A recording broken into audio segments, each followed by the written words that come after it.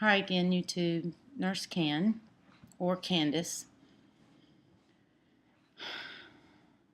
I don't really know where to begin, but I'm just going to try to start this video out where it somewhat makes sense. For my history, I am a weight loss surgery patient. I had vertical sleeve gastrectomy on 10/21/2013. Highest weight was 268.3. My current weight is 165.4. I made a video yesterday for the first time in 8 to 9 months. And when I made that video back in June, I had really thought I had hit the very lowest point I was going to get. I was very sick and miserable. Didn't know what was going on with me. And honestly just felt helpless. Now I am still sick. There is still something going on with me. I have had lots of testing done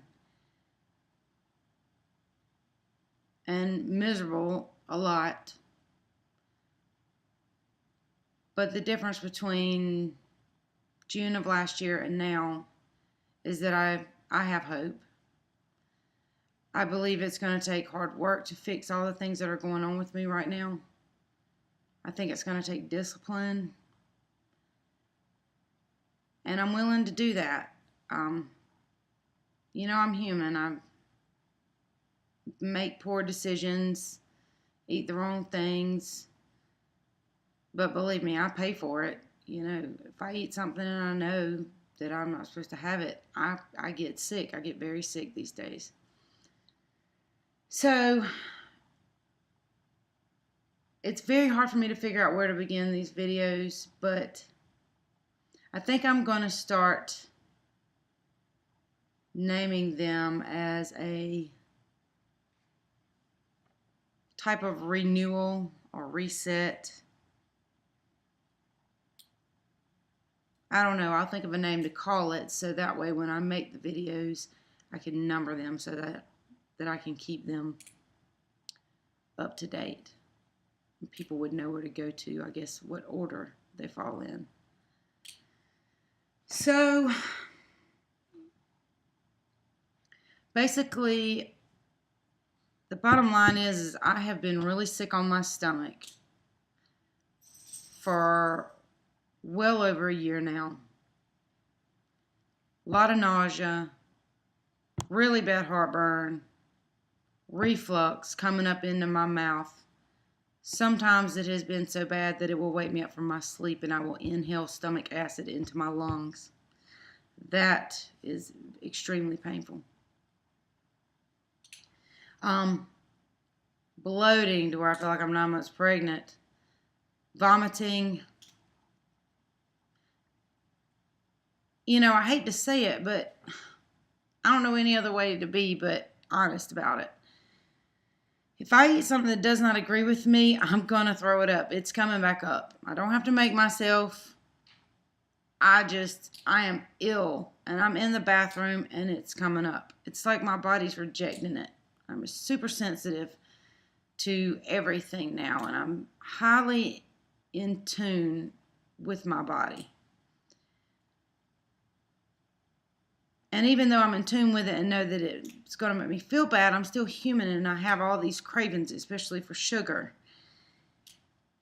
Knowing it's going to make me ill, but I still eat it. Just like I knew food would make me fat in the past, but I would still eat it. So that's something that I'm constantly working on. I've had constipation and diarrhea throughout my entire life where it comes and goes. And that really is not an issue that I'm having right now. Sometimes I'll go 2 to 3 days max without going to the bathroom, but I haven't eaten hardly any meat, protein bars, protein shakes, any of those things that are notorious for constipating you in, the past year.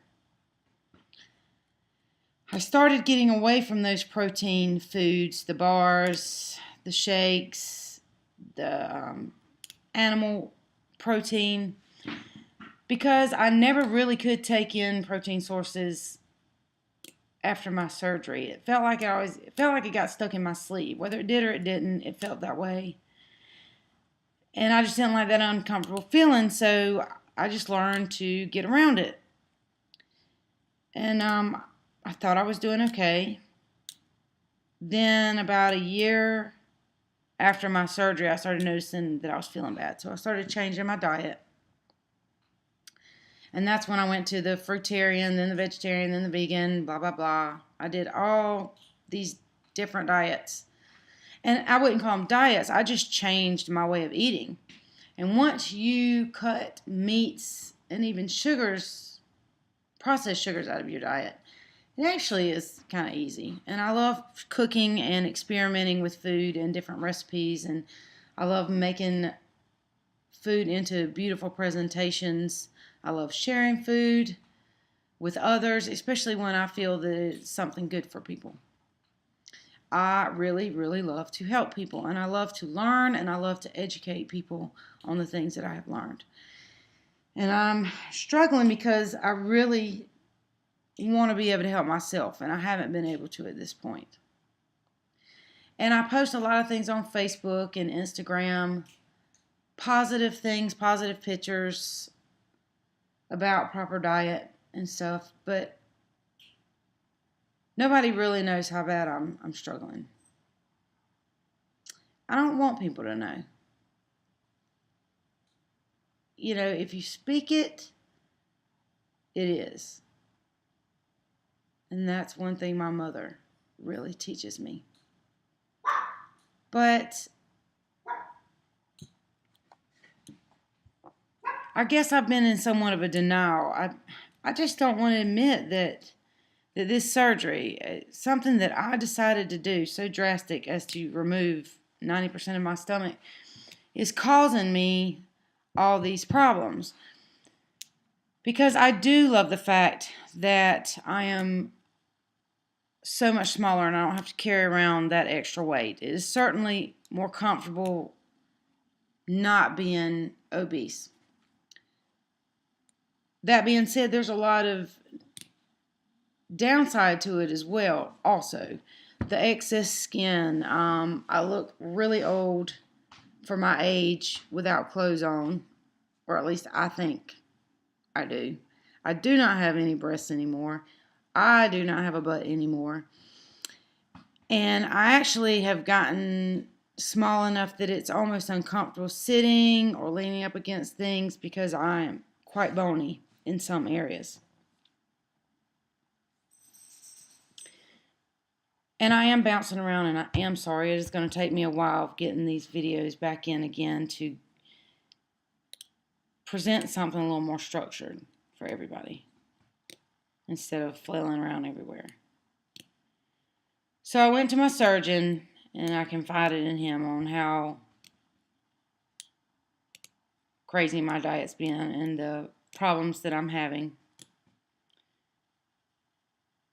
And of course, the only thing he has to offer is an EGD, which is an endoscopy, where they put the light down your mouth, down your esophagus, into your stomach, where they can view, the GI tract, all the way until I think the upper part of your intestines, your small intestines, where the stomach empties out.